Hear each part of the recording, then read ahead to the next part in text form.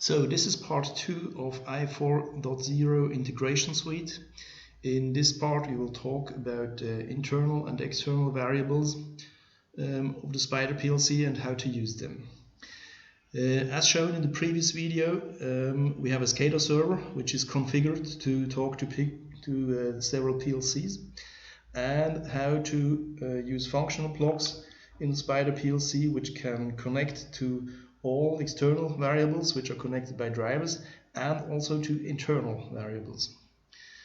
So we have to have a look at which kind of internal variables exist and how can we read and write to PLCs. The internal variables of SpiderPLC are as follows. First of all, we have registers of type integer. Their name is R and a number, for instance R1, R70, or something. Then we have floating point registers of type float, which are called F and a number, F1, etc. And we have strings, which are ASCII strings. So they're called S1, S70, S something. Next thing is we have internal variables of the SCADA server.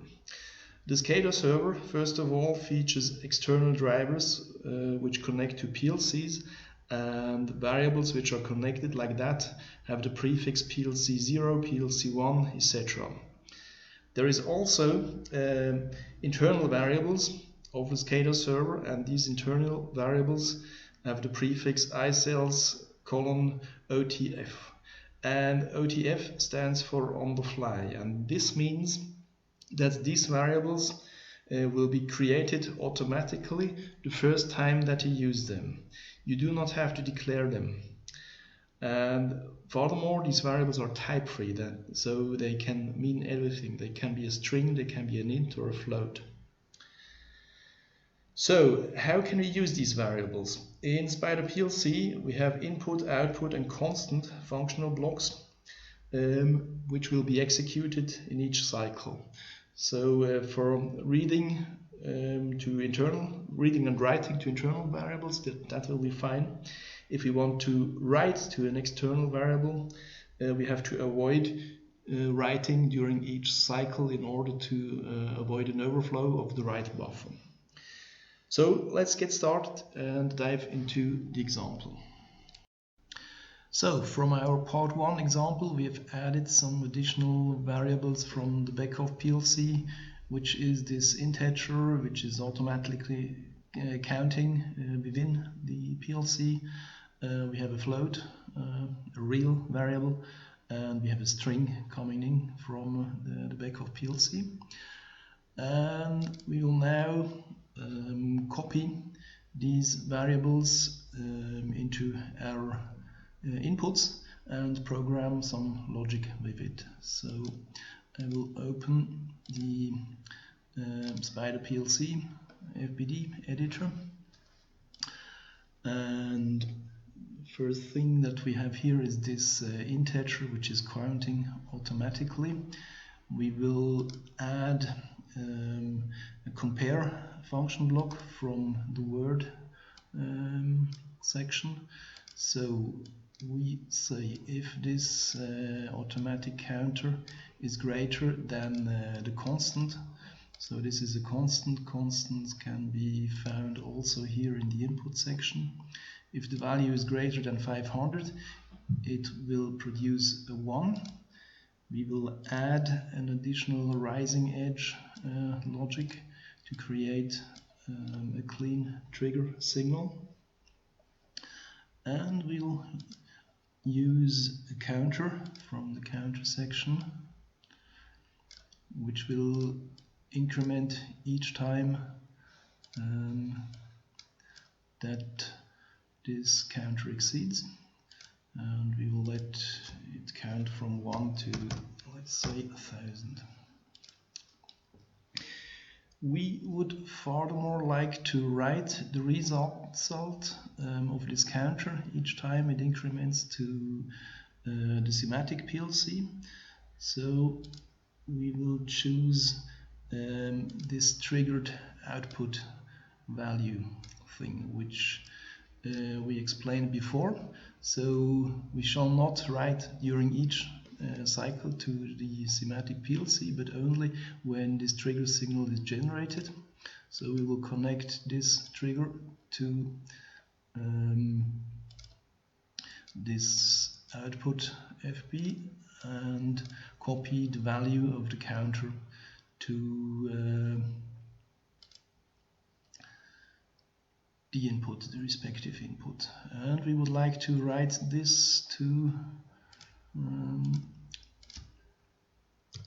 dBW0 of the schematic PLC. So the next thing that we would like to do is to do a floating point calculation. To do so, we have first of all, there is some calculations for integers, add, subtract, multiply. If you want to have floating point precision, we will use these function blocks, and in this case we will multiply this counter from the schematic with an eternal floating point register. So this is a register is called F1 and is inside the SpiderPLC. So we shall also write to an external variable, and the variable shall be this floating point, this real value on the back of PLC.